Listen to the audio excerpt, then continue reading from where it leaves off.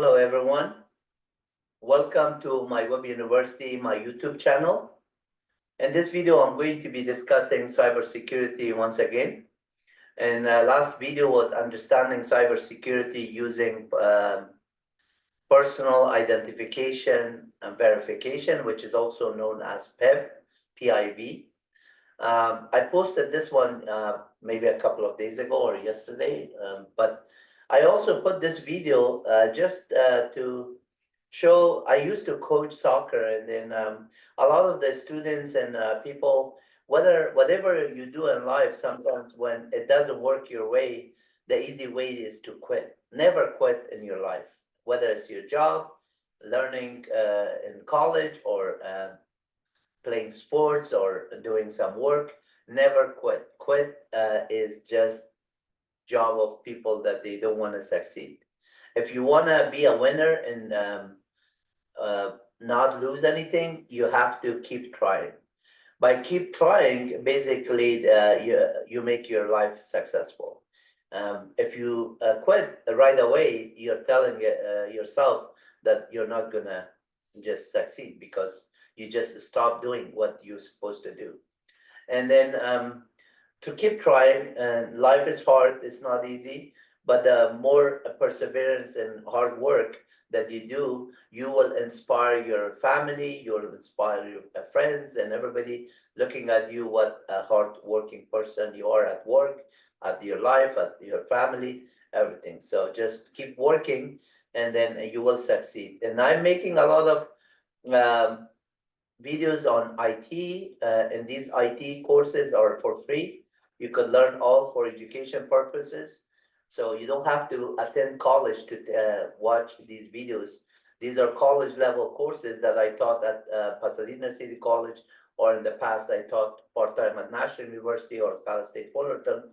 Now I'm making on YouTube, and I'm making all of these 1,700 videos. Maybe 10 or 20 of them are soccer, just to motivate you. It's not to show you I have soccer skill or anything like that. I'm just making this one because I'm old. I'm around close to 60, and then I'm just making this video to just motivate you. If I can do it, you can 100% do it at a younger age. So keep trying and you will succeed. With that in mind, let's get started with today's topic, which is cybersecurity terminologies deciphered. So let's get to a slideshow. Basically, with cybersecurity terminologies deciphered.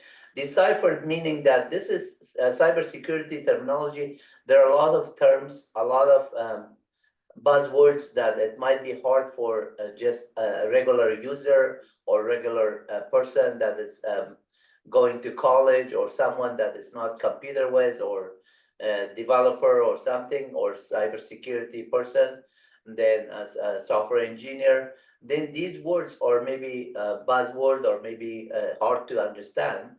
So I'm going to decipher them, making it in plain English so you can understand. Decipher meaning that, like encryption, when something is encrypted, you decrypt it. Terminology that are harder for other people's, when you decipher it, you're just making it in plain English. It's much easier to understand. Understanding the language of digital protection. So digital zeros and ones, whenever you write in binaries, to write in computers, every software application, operating system, database, networking, everything at the bottom of the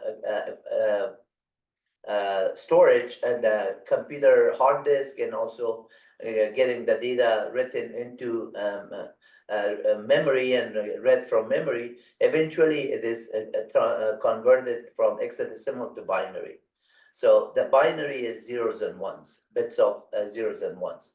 And those bits of zeros and one could be recognized as visual images, or could be text, or could be graphic, or could be sound. All of those ones are still bits of digital data, which is zeros and one. How do you protect them? And then what terminologies are there and why you're using them, each one of them, I'm going to explain those ones. So breaking down the key concept of digital security fundamentals. That is this video. For the agenda of this video, I'm going to be discussing core concept in cybersecurity, common security threats and attacks, security measures and tools, what tools you're using, and what measurement on security you have to have, key roles and frameworks and terminology. So let's get started with emerging trends and future terminologies. What other are coming up? So core concept in cybersecurity. Core, as you know, is like, for example, on the operating system, we say the core part of the operating system is the kernel.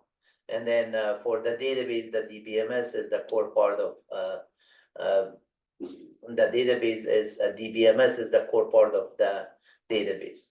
And then in cybersecurity, these kind of frameworks or the building block of the cybersecurity, based on those framework, everything is built up on to make sure that the architect is done clearly, and it's all in protected way to just make sure that it is not compromised. Defining cybersecurity and an importance. How important it is? It's very, very important. It is important for the business aspect of it, for personal aspect of it, for groups, for organization, for Department of Defense, for federal government, for NSA, everything. The cybersecurity is very, very important. Definition of cybersecurity. So last time we talked about cybersecurity encompasses or involves measures and technologies to protect computers. Basically, you protect computers, network, and data. And then in order to protect them, what do you protect them from? Unauthorized access, and then all kind of attacks, whether it's malware, antivirus software, whether it's worms, Trojan horse, timing bomb. Maybe the attack could be phishing, and all kind of different attacks could be happening. Maybe it's a web denial of service attack, DOS, or maybe it's a distributed denial of service. And so a lot of different ways people could hack you and try to attack you. And then in order to protect that one, there's a lot of measurements. Protecting sensitive information. Sensitive information, maybe it's your personal identification number, the smart card that you have, which maybe holds your social security number. Maybe it holds your employment ID number, maybe your address, home, and all that details. Everything is saved on a smart card. And then if somebody have access to that one, how do you just make sure that still they cannot get into your network or GPL or NASA or federal government or maybe military or maybe public companies, Google, Amazon, whatever company you work for, Apple. So protecting sensitive information is crucial to safeguard sensitive data, to maintain privacy and prevent data breaches in the digital age. Data breaches is really tough because there are many ways you could be hacked or you could be breached. And then even though you're making all these measurements, just not training the internal employees, maybe there's some mistakes that are happening employees, or maybe internal threats that are happening because some disgruntled employees doing some work. All of that things is just data breaches, whether it's malware is happening, phishing happening, spyware is happening. Let's say someone does ransom on you, ransomware or something. It's all could be there, DOS attack, everything. Ensuring business continuity.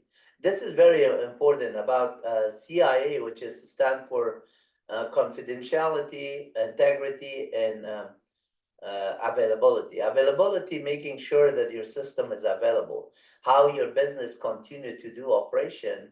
And then on the operations, you just don't want to have any downtime or any outages or any of the issues that could disrupt your services. So that is making sure your system is continually serving. Key principle: confidentiality, integrity, and availability. Remember, I said the CIA. This is not the CIA agent that you're talking about. This is confidentiality, integrity, and availability. Confidentiality in terms of making sure that data is confidential.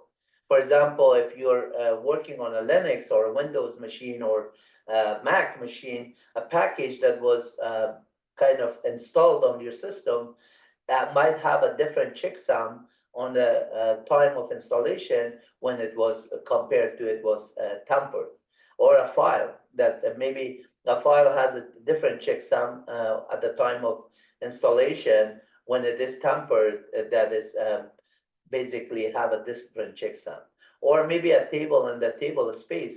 So when people have confidentiality in terms of authorization, someone is authorized to do some work that is maybe confidential because you have your smart card with two-factor authentication, you're conveniently logging in, and then your confidentiality is already in the authorization saying that it is you and it was verified with PEV, personal identification verification. You're verified that that is you. But now, if you're working on a database, maybe there's different type of role-based access on the database. Maybe you're trying to access a table space, and then inside the table space, there are 10 tables. Two of them you have access, the other ones are a DBA kind of access. If you don't have that role, then that is also in terms of confidentiality that you are not allowed to touch that file, update, insert, or delete. So there we call it anomalies, which means that abnormal authorization of accessing to that one through update or insertion or deletion. And sometimes through web, when hackers go to a URL, they might just say, well, this one has this script that I can run, but I could put a semicolon and then just do a SQL injection by updating the table and then running those ones. So when you're writing this kind of software, make sure that your array size and everything is exactly what the data is supposed to be read, and not even allow one more character to be read. Or even the character, if it picks up 5 characters, you make sure that those characters that are allowed is in the list and not something. If you expect an A in the first character, make sure that the A is on the first character. And sometimes those kind of wording, it could be really tough, but when you're writing code, you have to make sure that confidentiality is not tampered. Another way of saving confidentiality, data in transition and data at rest. When data is transferred between packets, between one computer to the other one computer, that packet, making sure that you're authorized to have access to the destination, it is just updating some record on the server, making sure that this confidentiality is maintained. The other one is data at rest. Data at rest meaning that once you store it on a table space, or store it on the hard disk, or store it in a packet somewhere that later on the network somebody else is accessing it, those ones are encrypted. So the data cannot be compromised. It goes in SSL, HTTPS, and then TLS, all of those layers in order to encrypt the data there. The other aspect of it is integrity of data. Integrity of data is that earlier example, a checksum example, or maybe a file or a bit of data that was between the data in transition and that was between source and destination, the packet that is gone there, maybe if you're expecting the first bit to be a 0, you should not read a 1. And if the 1 is detected, then always this error detection, error correction with parity bit and all of those ones. Yes, your code could be just done in a lot of these things, but at the same time, if you're expecting a 0 on the destination, it should be a 0 on the destination. If you're expecting to read the 0 in the source, it should be read as source. Otherwise, you could say, well, this data was tampered. Integrity of data should not be tampered. Availability is similar, that if confidentiality is maintained and integrity is there, the data has the framework or the platform that you're working on has to always be available, accessible, availability. So that means that the system is not kind of having any performance issues, not like power down or shut down, or system is down. The availability has to be always there. So this is the key principle. It's called confidentiality, integrity, availability, or CIA. And then confidentiality I explained, integrity I explained, and availability I explained. So the threats, landscape, risk, and vulnerabilities. So basically, there's a different type of risk and different type of vulnerabilities. When the systems are vulnerable, whether it's operating system, application, or database, or network software, or security software, the vulnerability has to be fixed by the next patch. The vendor release it, or the operating system is released, then, or the maybe software you're running Node.js, or maybe Java, maybe Go language, maybe Python. Each one of them, they have released like the latest stable version versus something that maybe is having some kind of patches or fixes. Don't install end-of-life software, whether it's operating system, Python, and Java, or any other application. When you're installing something, make sure that the system is the latest, greatest, and it is patched and everything is up to the power. Even the patching, it has to work on the operating system, the firmware, the software that are running on the firmware, hardware, as well as the application side, as well as database side, everything. So the vulnerability has to be patched. And then otherwise, it's a big risk. Every vulnerability that is introduced, then people are already exploiting it. Cybersecurity risk, various cybersecurity risks like malware, hacking, insider threats. Insider threat is something that is really tough because you have to train users all the time, making sure that your systems are safe. And then sometimes the insider threat could be the most dangerous one, because if a person, for example, is a disgruntled employee, all of a sudden he just does something that is not expected, whether it's physically hurting somebody, or maybe does something wrong on the hardware or software or something, then the action is happening, but how you do react on that action. So sometimes inside the threat, you have guidance and you have policies and everything that is pre kind of determined, saying that you can do this, but you cannot do that one.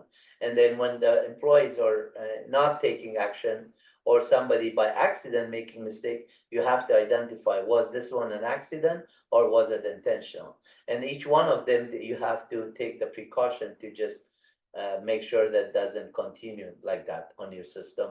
Otherwise, defacing your company, because maybe it caused your system to go down for a long time as a result of some thing that happened. Somebody removed a lot of files and the entire server was rebooted or turned off or something, right? And so hardware that was maybe unplugged from the network or something. And then inside the threats, target system weakness and human behavior. So this human behavior could happen in different ways, and then that's sometimes not good if you just don't train them. Exploitation of vulnerabilities. Threats act to exploit software and human vulnerabilities to gain unauthorized access or cause damage. And these unauthorized access sometimes could be monetization reasons, sometimes could be power, sometimes control, sometimes they would set on your network because they hacked a password or something. They might just not do any damage, but they keep reading information and understanding, oh, I'm on this network and I need to understand how they did this application, or how they launched into Mars or something. So they may just even like from China or some other places, if they just get into GPL network, for example, they might just try to read how we went to Mars, how we launched there. So a lot of these people that they are setting in your network, that's a big compromise, a big issue. So making sure that your network is monitored by yourself. And NSA is watching all the packets within every issue. I mean, NSA is basically the National Security Agency. All of those ones, they are just looking at NSA INT, which is intelligent, the data intelligent, all of that thing that they have to watch for it. And then every packet that is between a foreign country and United States is coming, they're already reading the packets and they're knowing that where's the source and destination. Some people may say, oh, I masquerade my IP address. There's no such thing on those things. You could always take care of it. Tor was built by, I think it was built originally by the military or one of the military kind of, I forgot the exact which one was it, but it was built by this and later on become open source. So those kind of issues, people do that all the time. And then it is not just like, oh yeah, you can just masquerade something. Prioritizing security efforts. So how you prioritize your security effort, identifying vulnerabilities enable organization to focus on critical areas for better protection. Yeah, there are some critical, mission critical aspect of it that you cannot have a nanosecond of outage or nanosecond of compromise of a data that is supposed to be on your organization. But at the same time, and that every data that is compromised, it might be just a chance to be causing this critical mission project because they are on the same network. But you have demilitarized zone, you have other time of doing VPN, and other ones are not going to be that much safe in order for hacker not to be on your network, but it helps some.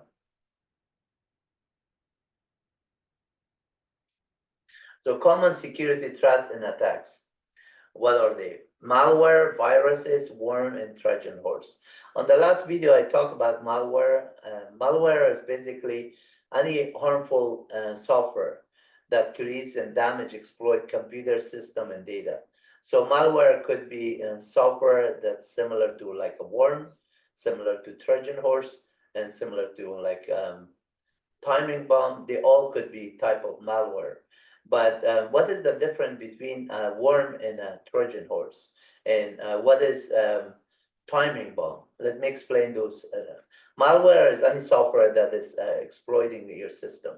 So a worm is that it's like the name stands for worm.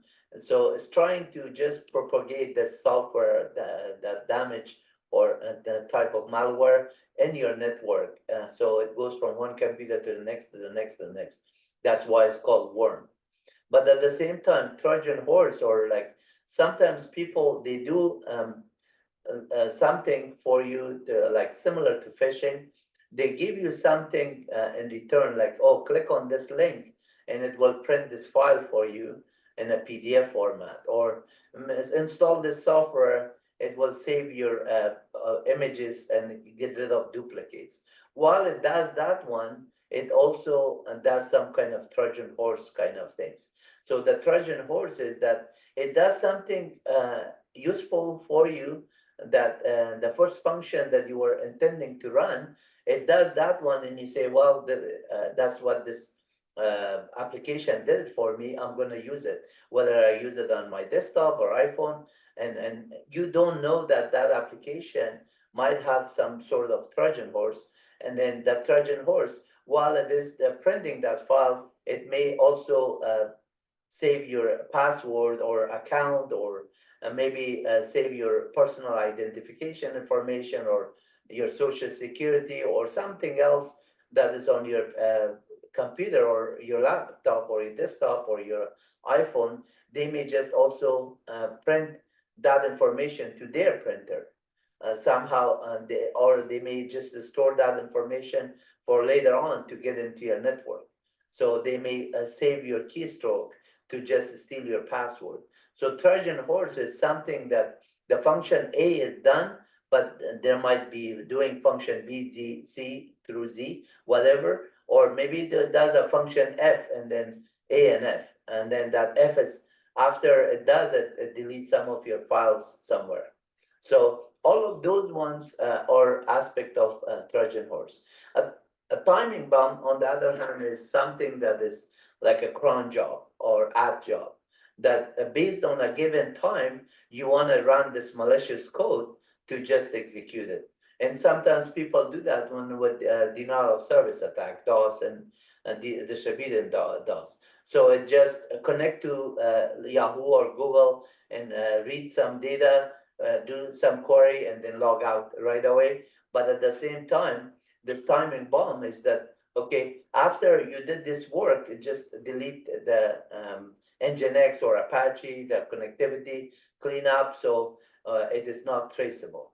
And then, or sometimes the timing bomb is that employee is knowing that, okay, I'm going to be gone in 2 months from this time. Now I have an admin or they're taking my admin privilege. Let me write this cron job. I'm running on computer ABC because we have thousands of them in the cluster. Nobody knows what cron job I did after I'm gone, and then it's gonna delete these files for me when they let me go. So a lot of those things, or maybe some other person does some other damage. So I'm giving you these example. It is not real life example, but I'm just saying that timing bomb could be that, okay, you do this one, but you want to run something maybe 6 months from now or 3 days from now, and then does some damage. That's why it's called timing bomb. At the time, it just does the damage. So let's go to characteristic of virus.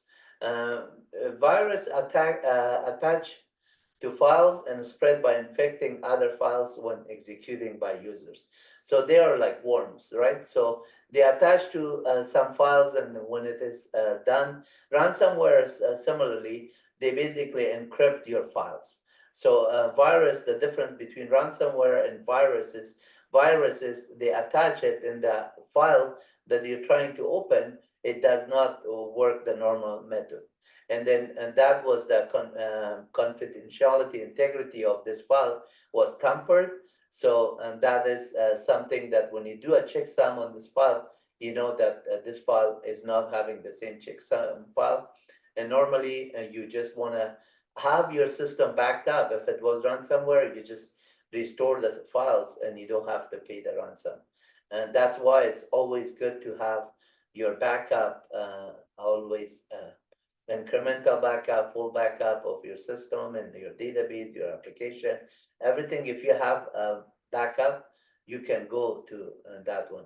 But there's also snapshots. A snapshot could be monthly, could be weekly, could be hourly. So sometimes people, for the type of storage and hardware that they have to do it. If you're a banking system, making sure that snapshot, the snap and point, all of those ones are for your database is just replicated. And then a distributed database that is between New York and California, one transaction is done, transaction is atomic, right? So it is either done or rolled back. So on the database, you have database logs that you could say write before you write to the log before you write it to the actual database. And then sometimes these transactions could be committed, that is a save point, and that you could take a snapshot of it. Sometimes roll back because something failed, then you have to roll back to that one. So there's a lot of mechanism, and when you're doing distributed, all of those ones have to be on the replica updated. Behavior worms. Behavior of worms is basically Worm replica independently and spread across network without user intervention. This one, you need to just have some sort of load balancing in a server, making sure that if it goes between your network, it is not kind of propagated really fast. So if it is identified in one server, you need to isolate that server from your network, and just making sure that you take care of it before it got affected other ones. Like similar to when people get infected with virus, then they just don't want to spread it at work, so they don't go to work. But you don't want to get it sick at home and get infected with the rest of your family. Similarly, on the computer that you're infected, you have to have some solution to solve that problem also before it goes to your network. Trojan horse deceptive nature. Trojan horse masquerade as a legitimate software to trick users into installing malicious code. As I mentioned, Trojan horse basically is a software that acts like, okay, this function is for you to just maybe save this file. I'll save it in PDF, or I'll save it in JPEG or TIFF file, or whatever you want. Just click on this file and save as, and I'll save it for you. But at the same time, it does a function B or function D that it actually does some damage from malicious code that you're not aware of it.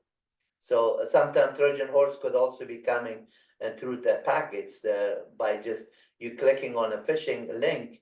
It just says, okay, open this web browser. It may open google.com for you, but at the same time, it may just send the information that is on your file to their network. So those kind of malicious code could be running as well. That's why you're not supposed to click on phishing or email messages that you know the source, why is it coming to you. Usually they have a timing kind of a constraint, or sometimes they say, oh, just your password needs to be updated right now because we as administrator, we decided that we're changing it. They gave you a company name, they gave all of the information that you think is there, but when you mouse over through the link, then you know that it's going to a local IP address of some XYZ company that is hacker IP. And they are not actually going to that source where they are showing the logo. So if they show bank's logo, then when you browse over through that one, you see that IP address of a local. It's not HTTPS, it's not secure. So don't click on phishing messages or links, whether it's on your email or excuse me, on email or cell phone or laptop or desktop, anything, and that a link is coming, just mark them if you don't know it as a spam, or just delete them. A spear phishing target. Spear phishing target that is form of phishing aimed at a specific individual or organization. So this is like phishing, but it's going to be at a specific individual or organization. That's why it's called a spear. Like a spear, it's just hitting the target. Whether the target is individual or organization is specific to that one. Social engineering tactic. This is very, very important. There are a lot of ways people could social engineering. Even on the streets, when people talk, they could just trick you to just do something for them, or they may just steal your password and log in authentication by giving you a phone call saying that I'm your administrator. There's some issue on the network. I need to just update your stuff right away. User information, can you tell me your username? I don't need your password. By reading your email username, then later on they will call you, oh, I'm with your group supervisor right now. We just need also your password or something. And if you're just a novice person, you may not ask them that many questions. You're a very helpful person. All of a sudden you fall into their trap. You just give him too specific information to yourself, and they just stole that from you. So be careful in the social engineering. Don't trust anybody, whether you're logging in with your authentication or talking to him over the phone or some social media. Zero trust policy is the most important thing, is that even the computer, when we write software, the zero trust policy is very important in cybersecurity, because you're telling let's say I'm logging in with PEV. Every time I log into PEV, it is zero trust. I'm logging in there, and then if I cannot authenticate, maybe I forgot my password. But the computer and the system should not care. If I forget my password, I have to go call the help desk and figure out my password. Maybe I was on vacation for 1 month, my password expired. So any of those issues, that the system should be zero trust policy, meaning that if you're not the intending person or having the valid authentication method, then I should not trust you. Just because you were authorized yesterday, that doesn't mean that you're working today on the same company. Things happen all the time. And just be careful with all these kind of policies for your cybersecurity, making sure all those measurements are kind of like followed. And then whether you do it for one system or 1,000 servers on the cluster, each one of them is propagated the same kind of issues. Denial of service, DOS attack, and distributed denial of service. Last time I gave example of Google, for example, for DDoS, and then DOS for Yahoo and ZNet and CNN and other ones. So basically, a DOS attack is called DOS attack because it's denial of service. So what you do, for example, on Google, you're listening to port 443, which is HTTPS, which is HTTPS, Hypertext Transfer Protocol Secure. So on the browser, when you type in on any browser, whether it's Chrome or Microsoft Edge or any other ones, Firefox, Mozilla, you're going to go a URL, which is Uniform Resource Locator. You type in HTTP / google.com. Google.com automatically port forward from HTTP, which is port 80, to HTTPS, which is Hypertext Transfer Protocol Secure. Secure meaning it's a self-certificate. All the data is going in a secure manner, and that is encrypted. So that is every bank should be HTTPS, which is port 443. So this distributed of services, denial of service, when a company is trying to use a computer to connect to Google, and then they are kind of overwhelmed the listening port on the Google's sites to just make sure that they get maybe 399 million requests in per 1 second. So that is a lot of requests. And then that's how on the Google, the distributive denial of service attack was able to just get into the Google Cloud, and then a little bit maybe slow down the system. But then Google had a lot of edge servers and load balancers, so they kind of slow it down, these kind of issues. They did not allow it to just get into their network too much and then cause other services and everything. So normally you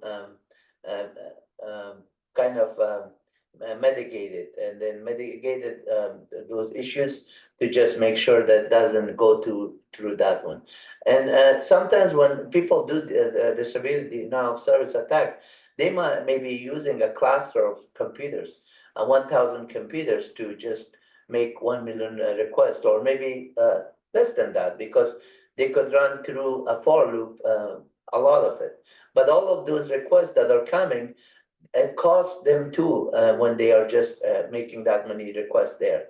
And if they are caught, then now they're in trouble also with all these IP addresses that are making those requests. So they have to have a system to just do it, and then all of a sudden they cannot be traced.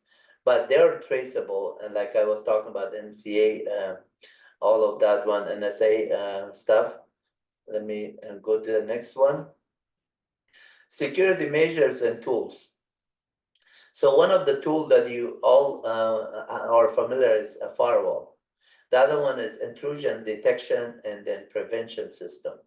So with the firewall, you basically set up a Windows firewall, a Mac firewall, or a Red Hat with IP tables, or firewall D, or maybe with Ubuntu with UBF, Ubuntu firewall. And then all of those ones are firewalls that allow a system to just watch for incoming and outgoing data or ports that are coming on the system. The data is basically getting into a computer through these ports. So the port HTTPS was one of them for hypertext transfer protocol, which is port 443. And then port HTTP would be 80. And then that's a clear text, not secure. And then also secure FTP SSH port 22. And then FTP port 21. Telnet used to be 23, and then Telnet is not safe. It is clear text. So those ones, Telnet, RCopy, all those are such a kind of remote shell stuff, got changed to secure FTP, and then SSH and SCopy. So they're on port 22, and they're much safer. They're going through secure port. And then obviously for LDAP, you have a port, and for LDAP-S, for secure page, you have a port. And then all of those ports information is written on etc services on Linux, and then on the Windows System 32 drivers etc directory under the services, that the information is written there for each of the port, whether they're listening to port TCP or UDP. And then every computer from the first 1024 are system related ports. So those are already taken. Anything above 1024, and then or ports that you can assign it to something. So a database might be Oracle, might be running on port 3621 or something, or MySQL could be running on a port, a Postgres running. All of these ones, you are either configuring it. For example, Postgres might be running on 5432. That is a different port than below 1024. So ports are very important.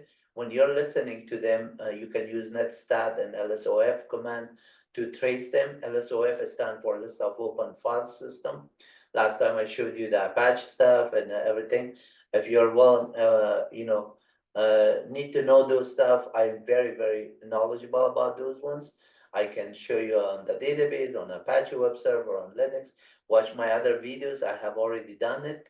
And then I can make a video for that purpose. Just write a note and I'll make a video for you. Firewall functionality, we talked about it. Intrusion detection system. Intrusion detection system, I'm going to give you an example on the software, cybersecurity, and I'm also, because I showed you that I coached soccer for a long time, I'm also talking about intrusion detection in terms of basically in a soccer game or a basketball game or something. In sports, sometimes you have to penetrate in order to score. Let's assume this is the right defender, and you're coming from a midfield area trying to penetrate to this person. So there's always, this is the goal, let's say, and this is the sideline, and he's trying to defend, and your team is going to put the stress on this person. First of all, you have to identify what defender on this team is weaker. And so if the left defender for them is weaker, then you need to penetrate on this one. Because the chain is breaking, the whole network is weak, or the whole team is weak based on the weakest person in the team. So if you're trying to penetrate to this person, and this person is really strong, you want to just identify another person or another object in the network that is penetratable. So intrusion detection, you are detecting your system to make sure that this weak spot is not in the network. So there's no one network or one object or one computer in the network that people could do a penetration and then or intrusion could come. And you detecting it. As a coach, I have to identify this defender, and if this defender got scored once and they couldn't catch up because maybe he's injured, maybe he's having difficulty catching up with the speed of the forward, then I have to just move him out of that spot, either substitute him with somebody that's faster or substitute him with somebody that is a better defender or better vision, better skills. Or if it is hardware that is okay, maybe this hardware is having end of life software, then you just want to maybe patch this thing. So intrusion detection system works like that.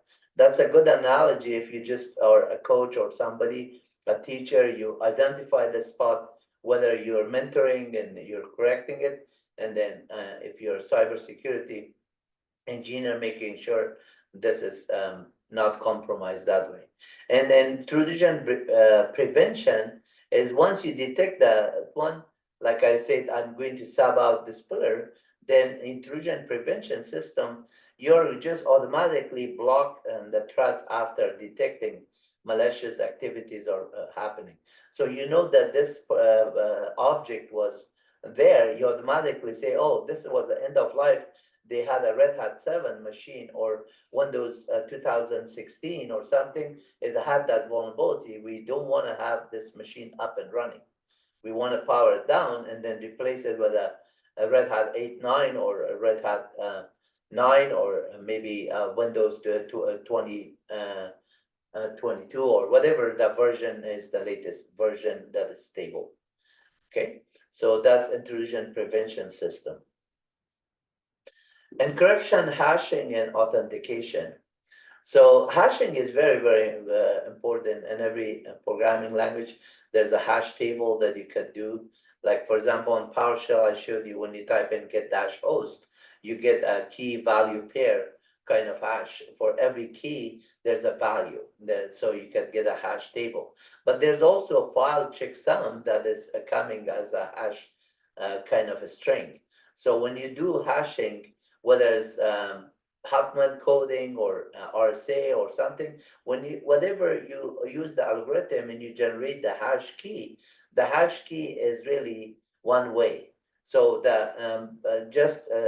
when you hash it, the only thing is that there's a private key and a public key, or there's a way that you have basically the string that you had, and then you create a password by encrypt it with, for example, an Oracle database or something, you use the password to encrypt it, and then that function encrypted it generate you a hash key a string. Now, if I just don't have that hash key source string, I'm not gonna just be able to read that 16-digit or 32-bit or whatever hash key string is.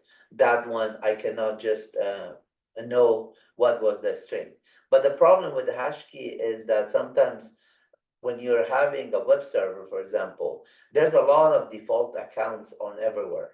So in the dark internet, basically people, they just store a lot of these kind of information. So if somebody knows that, okay, there's this person has the password, only the last 2 digits is maybe the change combination. So then you could just say, well, let me get through cracking and through other methods, I'll figure out through spraying and through cracking, through a lot of methods you could just use to just find out the rest of the hash key for knowing that those default hash key is already there. You keep trying the account 1, account 2, account 3, and maybe account 5, use that password, now you're on the system. So there's a lot of ways you could do it. And authentication, Data encryption. Encryption converts data into unreadable formats, ensuring confidentiality and protecting sensitive information. So when you're basically doing encryption, it makes the data into some kind of nonsense, or some kind of combination of keys and everything all together.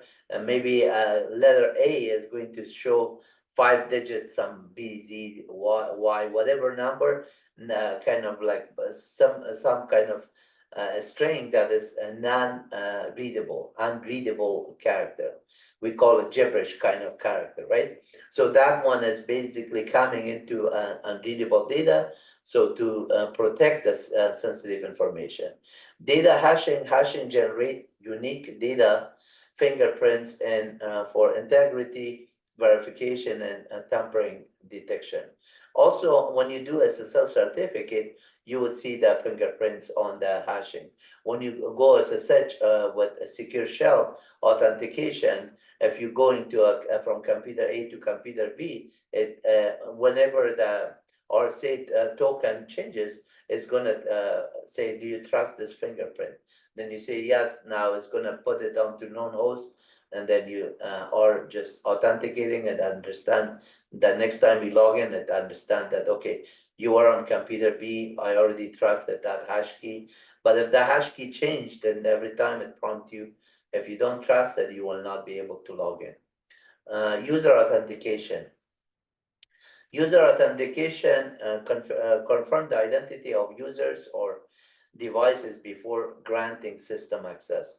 So by authorization, authentication is one thing, and authorization is another thing. Authentication is when you use your login and password, or PEV enable, or two-factor authentication, or multi-factor authentication. You authenticate to a system from system A to system B, from your Windows machine to another Windows machine, from Windows machine to a Linux server.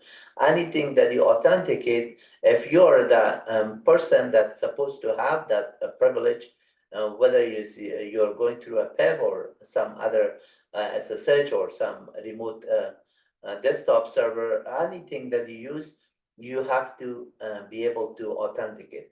Once your authentication is authorized, that is authentication was successful, now you have to be authorized to do some service on some functions. So if you're writing on a table, making sure that that table is writable by you, then you have update access on the table, then you can do the write. Or maybe you want to delete the table, you have to have delete privilege. If you want to just remove a file, you have to be able to have read write onto the file. If you want to run the file, you have to have execute permission. All those role-based, it is there. And then sometimes these are granularity of because we call it whenever the database is created, you have to normalize it. By normalization, you are just having a lot of anomalies, making sure the primary key and foreign key matches when you're just doing a update, insert, delete. And then when somebody doesn't have the insertion anomaly for a database that table that maybe he is supposed to have, then those are anomaly. For example, you lose your job, and then the company is going to remove you, delete your records, and also all your dependencies from the record. So those are called cascaded delete. If the person that is running this transaction to be updated on the database does not have cascaded delete, then it's going to be not allowed. Or maybe if it is happening, the deletion is happening on one table, but the foreign keys and other ones are not modified, then that's insertion, a deletion anomaly. So all those rules based has to also be authorized. Antivirus software and endpoint protection. The endpoint protection is basically any software that is like running on your laptop, desktop, and portable devices, making sure that antivirus software and endpoints are protected. So antivirus software basics. Antivirus software detects and removes malicious program to protect computer system from harmful attacks. You might have seen a lot of antivirus, Norton antivirus, and this and that. A lot of those ones are not that great because the minute that you have the latest update, then somebody else could write another type of malicious code to just have a virus on your computer. Making sure that when you log into a Windows machine or a Mac or maybe a Red Hat desktop, you don't log in as root or as administrative privilege. Because if you're on the internet and then you're logged on as admin, now you have right access to your C drive and all the slash user on the Linux and so on. So then somebody hacked on your system because they are having the higher privilege. They can just install software, they can delete software, they can do anything that an admin can do on your local machine.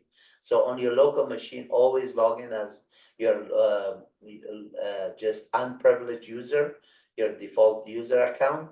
And then whenever you install a software, just at that time, take the privilege of sudo. So which user do with root as on the Linux side or Mac side, and then with Windows, right click and then say become administrator, then install the software as administrator if you have to install it globally. If you install it locally, install it like Node.js, you want to install it locally, a package, or maybe install it globally. -G might allow you to do globally, and then if you do it locally, it's on your data directory, so on your own system. Endpoint protection features. Endpoint protection secure laptops and mobile devices from various threats, including phishing and zero-day exploit. Zero-day exploit is very important because sometimes the software that comes in and then it was like maybe there was no exploitation there at all, or maybe it started just there. So the zero trust policy also avoid that kind of issues. So zero-day exploit, making sure that something that was just released, maybe you don't have the antivirus software for it. For antivirus, I also mentioned last time that you could install a lot of software on the Linux side, and that like BigFix from IBM, you could install Sentinel-1 for antivirus. There's a lot of software for scanning your hard disk, and also application and other ones for vulnerabilities. Every company has those software and run it for it, and then depending on what company you work for, you might be using different software. Key roles and frameworks in the cybersecurity. So let me just move this out of the way. I'm seeing the Zoom, you guys know I'm not seeing it, but I want to go through security analysts, ethical hackers, and CISOs. So a security analyst, anybody that analyzes the system is security analyst, basically, or analyze as or taking care of all the security aspect of it. This is really good. Ethical hackers. So sometimes there's different type of hackers. This is called the ethical hacker or white hacker. Basically, this one is not just hacking for causing issue. This is trying to work for the company or for the government, trying to identify vulnerabilities and making sure that security is prevented before some hackers come in and does some damage. This is the job of the CISO, and that's Chief Information Security Officer. So this is the higher position on this chain, and then you usually, the security analysts, they just work with the CISO, and CISO works with the executive member of the business. So that is the lower level of executive on some companies, and some companies they have this one as executive member. So, and the chief information security officers. And you could have one of them or many of them. Role of security analyst. Security analysts continuously monitor system to detect and respond to security threats promptly. And these guys might be busy a lot of hours on a daily basis. Purpose of ethical hackers proactively find a vulnerability to strengthen organization defense against attacks. This is the good guy. Leadership of CISO, Chief Information Security Officer, develop and lead the overall security strategy within organization. And sometimes the chief architect is a little bit higher than this, because this one is also responsible for budgeting, and the the architect of security is doing all this leadership with the system analyst and then CISO, as well as taking care of the business aspect of security. So that is more kind of monetization, and it's important also for the business part of it. Security policy, standards, and best practices. Security policies establish rule and define acceptable use to safeguard organization assets. I'm not going to explain anything that's clearly defined. Security standards. Standards ensure consistent implementation of security control access organization. And best practices, everybody should practice the best practices. Best practices is guides effective protection of asset incidents and response strategy. The incident response system is also when something happened, how do you make sure that you take care of that issue, and also making sure that data accessibility is always available, and at the same time, if it is not available, how you do disaster recovery, and how you do incident response reporting, and how you prevent it in the future, what the measures you are taking to take care of it. Incident response and disaster recovery. I just mentioned incident response and disaster recovery. Disaster happens all the time, whether it's earthquake or fire or flood or physical damage, or maybe data damage, application damage, being hacked, or being running viruses or vulnerabilities or detecting. But how you recover from that one is very, very important. And what do you do to mitigate that one in the short term, and then reduce the risk to zero in the long term. Incident response overview. Incident response involves quickly identifying and managing security breaches to minimize damage and risk. This minimizes a little bit hard sometimes, depending on how big your company is, what is the type of incident that happened. So if two people are driving and there's a small minor car accident, yeah, it might be just move over out of the sideline, and then exchange maybe license numbers, and just leave the situation, and then later on, if it's not damaged, take care of it over the phone. But if it is, well, there's people got hurt, and then same thing with software, hardware, what is the damage? So the disaster happened, how you recover from that damage. Each one of them, they have their own assessment. That's why you have system analyst, you have network analyst, database analyst, and then a security analyst. Each one of you could work as a team to just identify the compromised data, the application, the operating system, the data that was breached, what was stolen, what was the damage, and then how you recover from that. Disaster recovery planning. Disaster recovery focuses on restoring system and data to ensure business continuity after disruption. This one, sometimes you cannot restore because it might be on a cloud. And then you don't have to worry about it. Just take it off of a network. You have VMware or cloud Docker stuff, or maybe some sort of Amazon Web Services. One service is down, no problem on the network, just take that system out.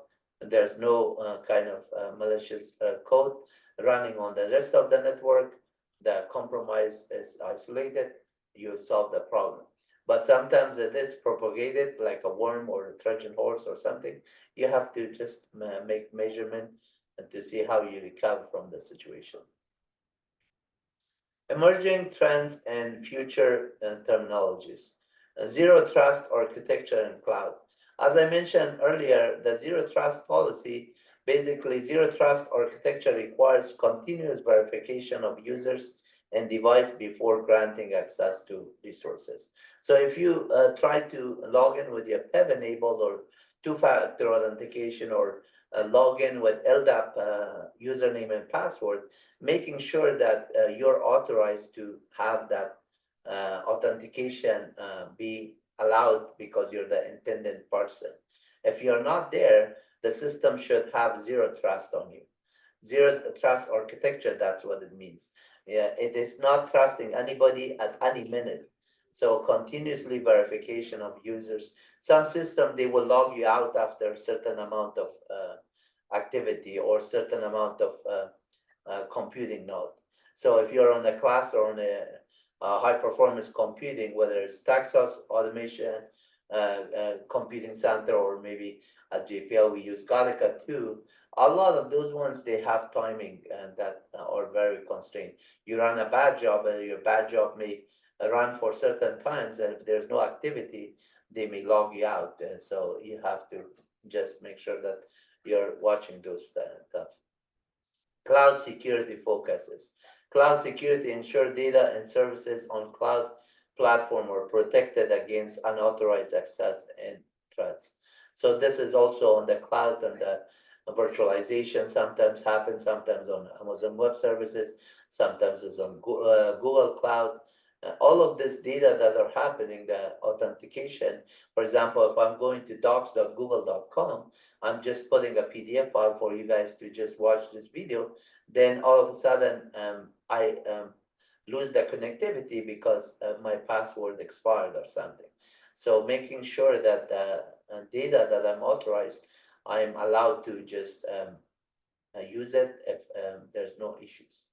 Artificial intelligence and cybersecurity. With artificial intelligence is a branch of computer science. So computer science covers all kind of system level programming, operating system, database, programming languages, all kind of programming language. And every programming language, you have object-oriented programming, you have functional programming, you have kind of programs that you could write algorithm that to do AI stuff, which is a branch of artificial intelligence, is one branch of computer science. And then data science is another branch, and computer graphic is another one. Operating system is another one. Writing compilers, writing databases. Each one of them are different branches. Game programming, all of those ones are there. Artificial intelligence and cybersecurity is another thing. They're also part of computer science. They're also part of IT, and then the global internet network. Anomaly detection. Remember, I told you that in the database you have all kind of anomalies: insertion anomaly, deletion anomaly, update, and all of those ones. So AI system identify unusual pattern. Anomaly is also called unusual. Things that are abnormal, that's not part of the normal. So if you have an insertion anomaly, you cannot insert into a table space or a table in a record that is insertion anomaly. It's not allowing you because you are missing something, or maybe you don't have the privilege to insert into a table. That is insertion anomaly. Similarly, deletion anomaly. Similarly, update anomaly. Drop anomaly, and anomaly that you can you're trying to delete a record. You'd say delete from this table where this condition is matching, x is equal 5, then that deletion is not allowing you. That is for whatever reason, you might not have the privilege. You might have not have access to it, or maybe your account is blocked for doing it, some table or some view or some index is not giving you the permission to do it because you are not granted that privilege. And so anomaly detection is happening on the cybersecurity to breach early, prevent, and cybersecurity attacks. In order to do that one, you are in advance being proactive to detect that one. Threat prediction. So artificial intelligence predicts potentially cyber threats to proactively define critical system. Sometimes you're working on a mission critical, and you know that this threat could just make our web server down. So you write artificial intelligence code, some sort of monitors to detect that there's not that 100 or thousands of connection from a given network or subnet or IP address to your port 443. So if it's one computer is making 1,000 connection, that's kind of robotic within a for loop or something, then it's not allowed. That the artificial intelligence code should detect for those kind of potential threats. Automated response. And automated responses, for example, if I detect that, okay, on my web server, there's one IP is heading at more than 10 connection, then I say, okay, maybe it's using my videos, watching it, multiple of them on the same house, on the same network, 10 times or something. But if I see more than 100, then I have to block that one, because even though it's training things, I should be happy that somebody is using my videos 1,000 times and watching it.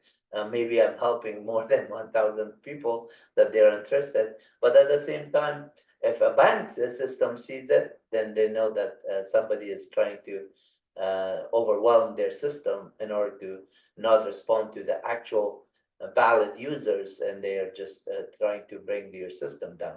So how you automate your system to just identify that kind of culprit IP address, and then how you block them before mitigated. Like mitigation is the part that Google did it on the distributed denial of service attack using their load balance and then edge servers to just send some of the network into a different subnet. The rise of cyber insurance and compliance requirement. Purpose of cyber insurance. So every cyber insurance, you have to have insurance in order to protect yourself. Compliance with regulation. This is another one that I was earlier talking about, the global data protection regulation, and then HIPAA is the health and health information, I think it is, a protection administration act, and general data protection regulation act. Yeah, so this one I said global, is actually general. General data protection regulation, which is European Union. So this is a law within the European Union. They made it to just protect and regulate the personal data or individuals. And then the second one, health insurance portability, not protection, portability and accountability act. So that one was 1996, I believe, and done. So as a conclusion, I hope you enjoyed this cybersecurity terminology courses. We went over importance of cybersecurity knowledge, and then understanding threats and tools.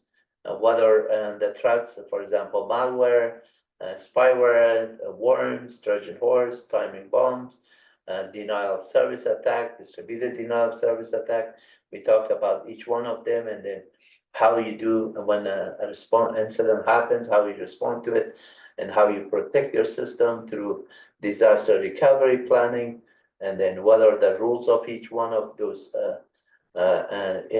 persons working for as a cybersecurity analyst or as a cybersecurity chief information security officer. keeping up with emerging tool trends, staying informed about new cybersecurity trends, ensure ongoing protection against evolving digital risk. Because software and hardware have to be always upgraded and always have to be patched and always have even firmware. All these software changes all the time dynamically.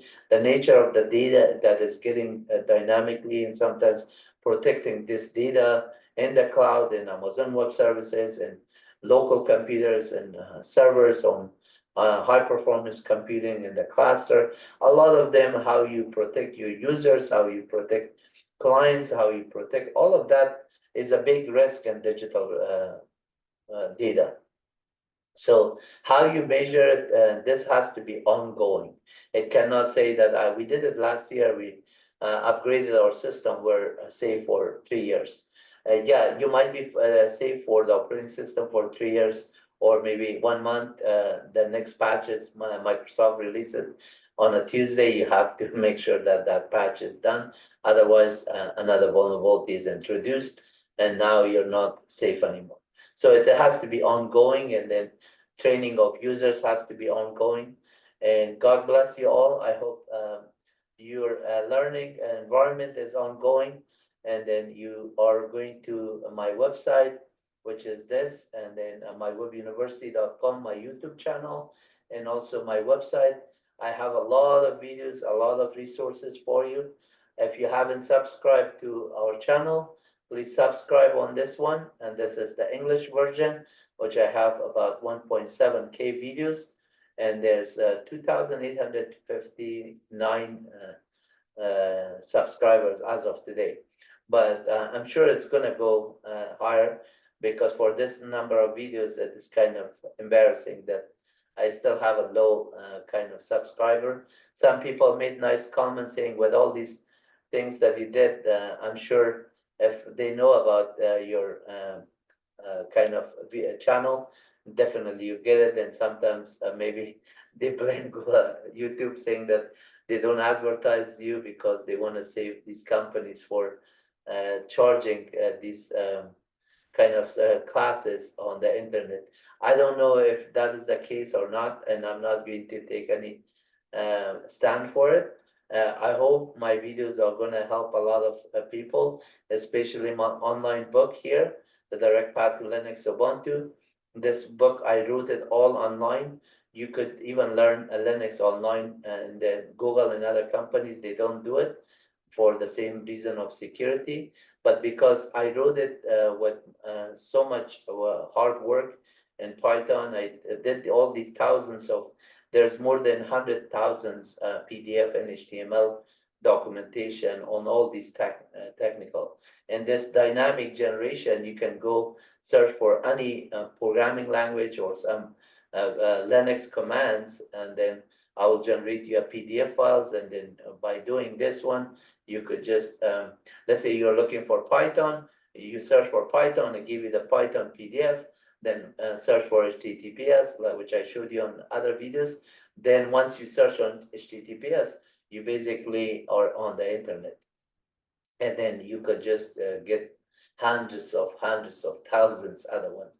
The same thing with Go language, same thing with Node, Perl, Ruby, Java, any language that is there, and plus the Linux commands. If you're interested on Linux Ubuntu, this is the PDF, and you're looking at Rocky, there's 11,000 PDF files. If you're looking at Red Hat, there's 12,000.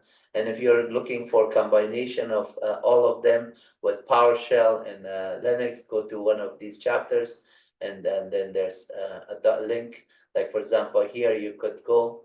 In addition, that I have these tables for advanced commands that you can practice. You could also watch these videos for each of one of them. And at the same time, if you're looking for this one, I have about 60,000 PDF files here for Red Hat, for Rocky, for Ubuntu, for Windows, and Windows PowerShell.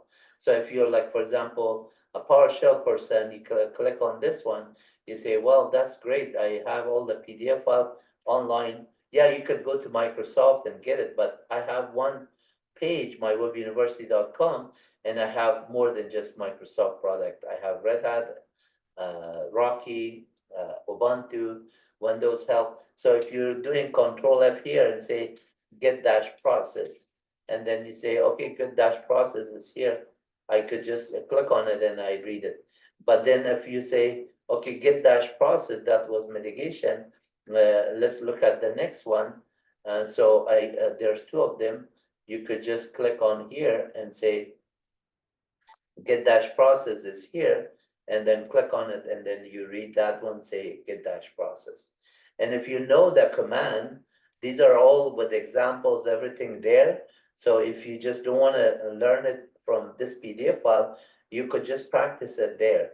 So what I did was here, say, if you say get dash help, get dash process, and this one you can also do online, and you could, if you're inside the Windows PowerShell, you will be able to generate it from the command line there. But if you just say, rather than online, say, show me with dash examples, so this information will be printed, but this is all text-based. So what I did on my website, I just generated this one with Python in a PDF format, and I put it on my website here, that you can come and search it. And then if you learn it, and then you say, what does get dash process do? Get dash process is going to show me all the processes. So what is the alias for get dash process? You could say alias PS. That's the same thing as the commandlet get dash process. So if I type in PS, it is there. Obviously, I can do a where object and then search for those ones. But I have done some video on PowerShell. You could watch those ones. Like for example, here, if you say get dash host, remember I was saying that hash table is a key value pair. So the get dash host, if I use this one as an object, if I use dash as an object and I say get dash host dot name, and now it should say console host. And then if I say dot version, it should say 7.5.1. And if I say dot version and then dot minor, or let's do a major, then it should say 7. So this is how simple it is. It's a hash table that is getting in that information. So if I want the longer UI information, .ui, and then it's gonna give me that information. All of this one is a hash key value pair.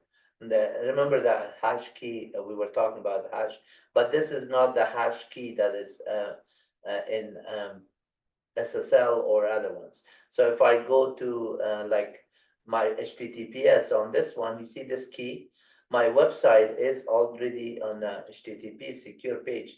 So it says connection is secure. Then I say, look at the certificate is valid. It says a common name is MyWebUniversity.com, but notice here the SHA 256 fingerprint is this hash key. This is the hash key what I'm talking about. And then the public key. These are public key information, but there's also private key that is not going to be, you never gave your private key. You always have the public key. That's why there's two keys here. One is private to you, one is the public, and then you need both of them in order to encrypt the data between the computers.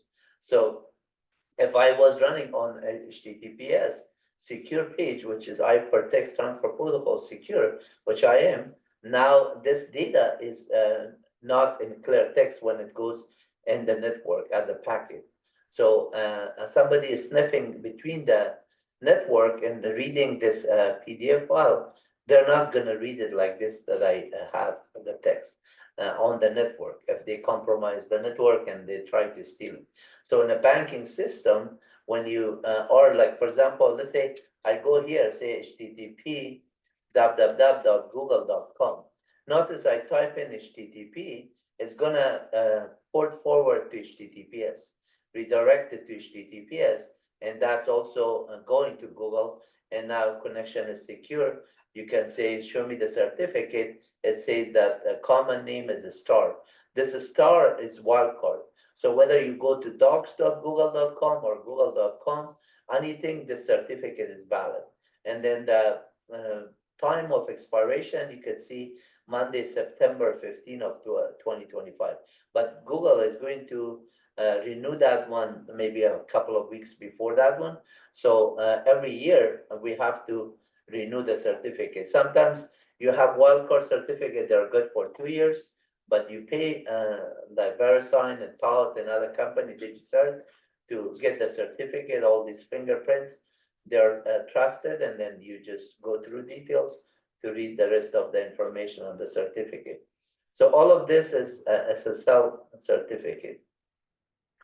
At the same time, if I'm on the command line here, I say curl, let's say HTTPS ://myWebUniversity.com.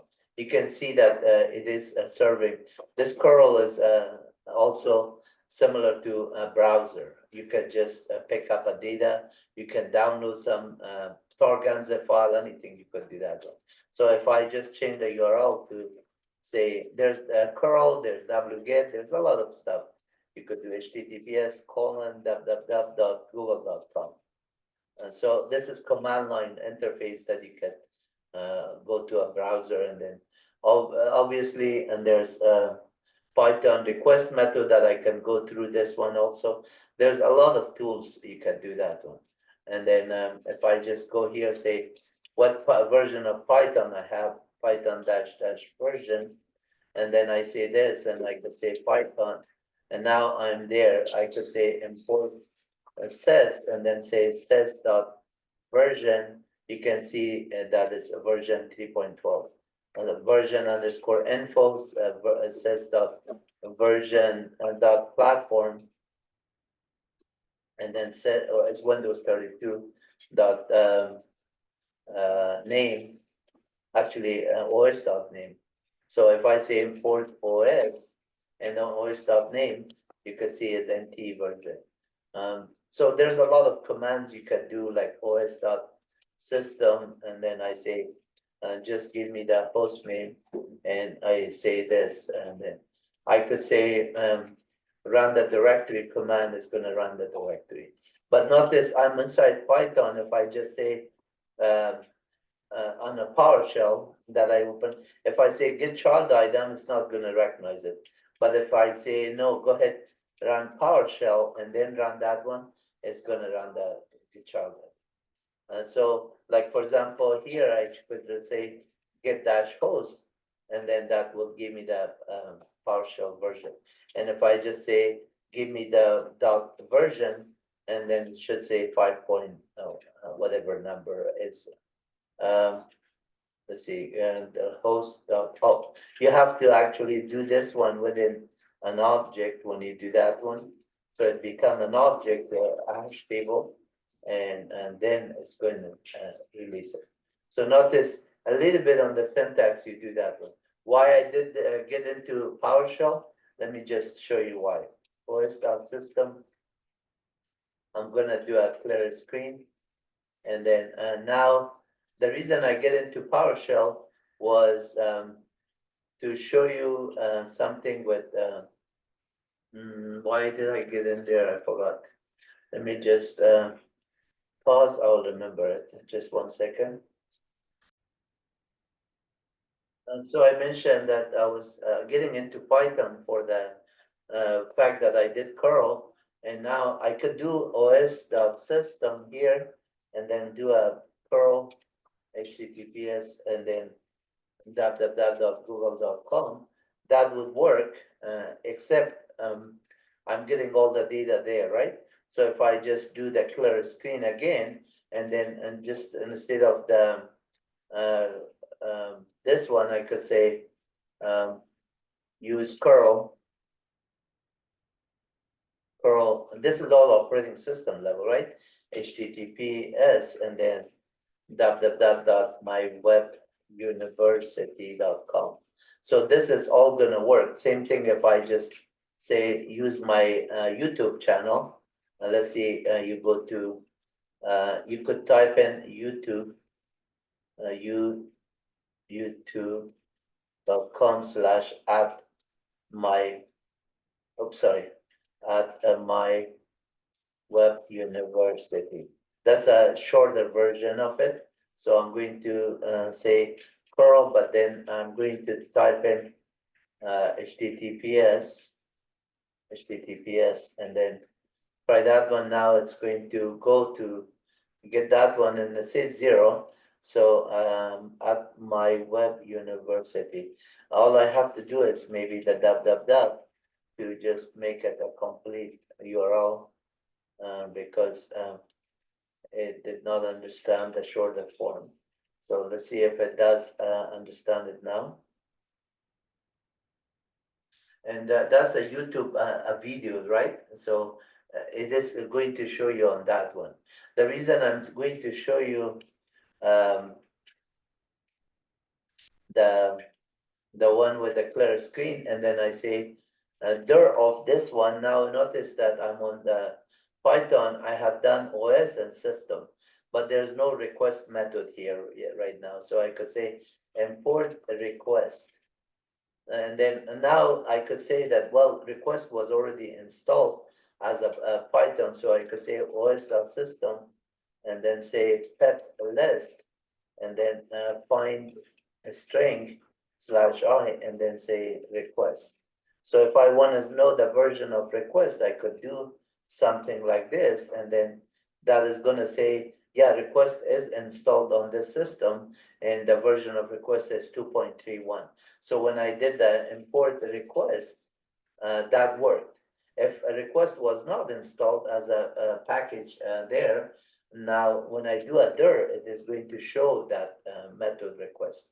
So I mean that module request. So if I say dir of requests, I see all the methods that are available for me on the request there. So if I say help request, I could see all the request modules detail here. And then notice that import request I did. Now I want to get a response from request.get, and then I could put the URL. So request.get is the method that I'm going to get is the method. And then it requires a URL. So I could just define that one, and I could say os.system, and then let's clear the screen. And at this time, I'm going to say URL is equal, and let's type in HTTPS www.mywebuniversity.com. So if I want to just see that one again, that is the URL that I want to do. So now type of URL is a string, right? It's a string class. So if I say URL, it's going to say that. But at this time, I haven't done anything with the request. So I'm going to say R is equal response, and I'm saying requests, the module name dot get method, and then I just type in the URL. And instead of typing the URL with this there, I define a string here. So now I just pass it on there. Now I have this R method, type of R, I mean, is a response class, right? That object. So now R dot OK is going to say, yeah, it is true. R dot status code is going to give me the status code 200, meaning that is successful. R dot URL is going to type in the mywebuniversity.com. R dot text is going to give me the actual text that I'm supposed to get it. R dot byte, bytes. Let's say, sorry, dir of R is going to say it's something with byte, content type, I think it is. Let me just clear the screen again. os.system, it is my Zoom blocking me, so I'm going to say dir of R, and you can see that r.json, you can type in to get the status OK, and then status code, text, and then request, and then reason, then raw data, and then encoding the headers as the content. It was the one that I was looking for. So r.content. r.content, that one is going to give you the content in byte. Notice this one is B, meaning it's byte. R.text is going to show me the text, so you can see the HTML version of it, and r.json give you the r.json was JSON is that one, response of the JSON, and where was it? JSON, yeah, JSON no with A, and then r dot header, header information. So you could see there. Since I don't have headers, let me clear the screen again. And then there are, and then r dot headers, and the headers with S. So headers, that is the header information here. And this is also, if I do a type on this one, it is a data dictionary, I believe, or a list. So it is a structure, case, instant is a dictionary. It's a dictionary because it starts with braces. Inside this brace is a key pair value. So date is this value, and then server is this. And then if it is another list inside that one, the list could be within the bracket and there. This one does not have it, but if I change URL is equal HTTPS, and then say HTTPS ://google.com, because I want to see the headers differently. Now look at this ones, right? So now I say R is equal again, request.get, and then say URL. So I could just get this URL now. R.URL is going to say google.com. R.OK is still 200, and then R.status code is still 200, and then R.text is now Google. It's bigger information. R.content content is also in bytes, and then let's do the system clear screen one more time here. Yeah, r.json is there. Headers. Notice that headers is much larger, and then and this is also dictionary, but inside this one we may have other values. So sometimes dictionaries could have list inside it, other dictionary. In this case is also just one dictionary, KPR value. So I could say for each one of them, just do a key dot value. So if I say dot keys, and then I'll get all the keys, dot items, that is all the items in it there. And then on dot values, then you could see the values on. And then you could do a for loop and everything. I'm going to quit out of this one, and then there's other courses that I did with NumPy and Pandas and this and that. So all of those modules are within Python, and then we showed you enough for this course.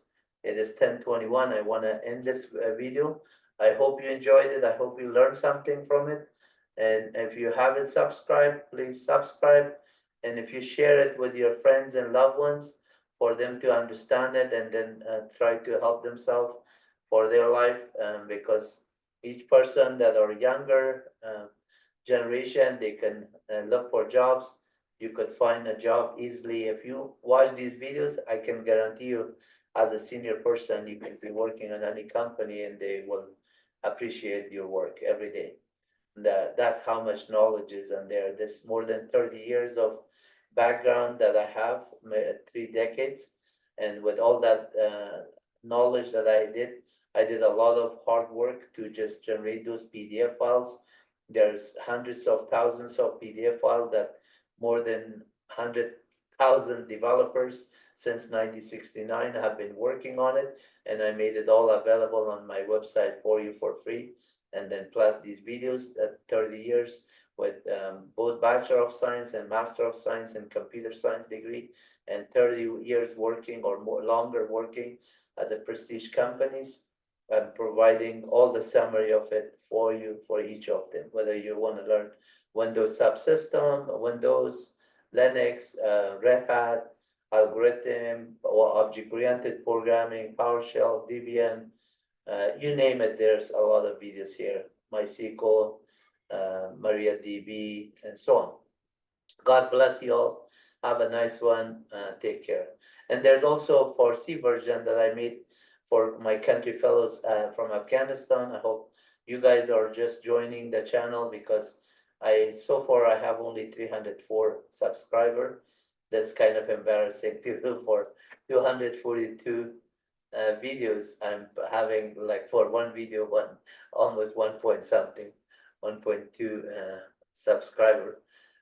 We can't say 1.2 because the subscriber is either 1 or 2, but in numbers it has to be in hundreds, because there are people that they have 70 videos, and then yet they have been longer than I am on the YouTube channels, and they have millions of subscribers.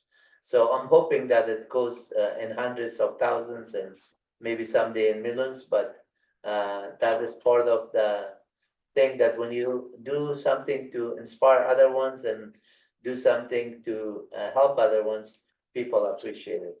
Take care. God bless you all. Have a good one. Bye-bye.